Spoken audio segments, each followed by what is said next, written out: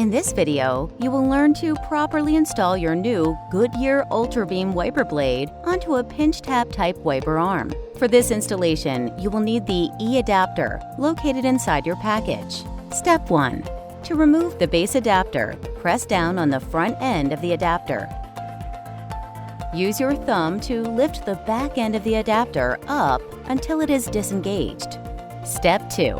At the top end of the E-adapter, you will see a rectangular-shaped slot. Bring the adapter towards the wiper arm so that the tab from the arm fits perfectly within the slot. To secure the E-adapter, pinch the bottom ends of the adapter and push into the arm until you hear a click. Step 3. Bring the wiper blade up to your wiper arm, making sure that the arrow located on the center base holder is facing outward towards the front of the vehicle. Line up the center of the adapter with the center arrow and squeeze together until you hear a loud snap. Step 4. Remove the squeegee protector and gently bring the wiper blade onto your windshield to complete the installation. Thank you for choosing Goodyear wiper blades. For further assistance, please visit our website, www.goodyearwiperblade.com.